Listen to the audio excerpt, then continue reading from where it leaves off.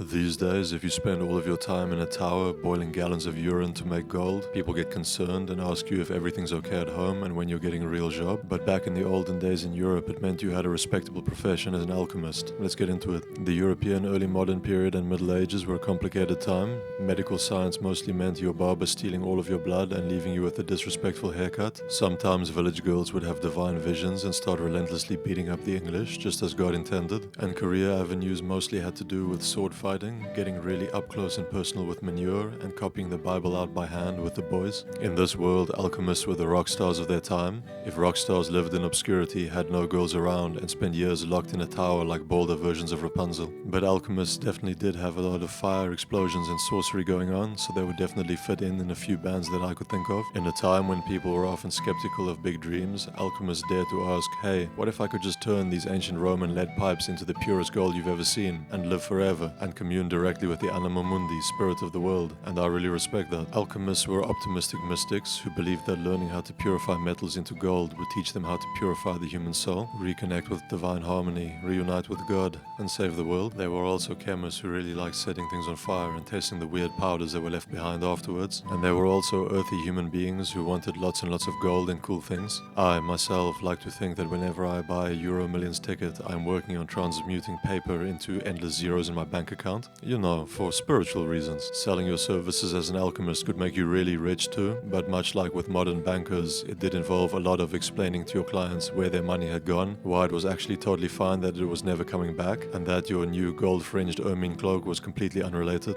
Government bailouts came in the form of the Holy Roman Emperor Rudolph II, whose main hobbies were alchemy, art, reading interesting books, and waging total unrelenting war on the Ottoman Empire. The Philosopher's Stone may still be missing, but alchemists did change the world. Many elements were first discovered by alchemists, and their philosophical and spiritual ideas and their unique illustrations have filtered down through art, philosophy, psychology, spirituality, and more. By the way, it was a guy called Henrik Brand who loved boiling buckets of urine. He was doing it to find the Philosopher's Stone, but ran out of his precious elixir on one fateful day in 1669, and ended up accidentally discovering phosphorus instead. Alchemists drew from many traditions and cultures. They were weird, hopeful, and larger than life. They saw spirit hidden in everything in the world. They believed in saving the world and releasing its magic instead of abandoning it. And they dreamt big. Maybe that's why they still show up in our stories from time to time. Catch you next time.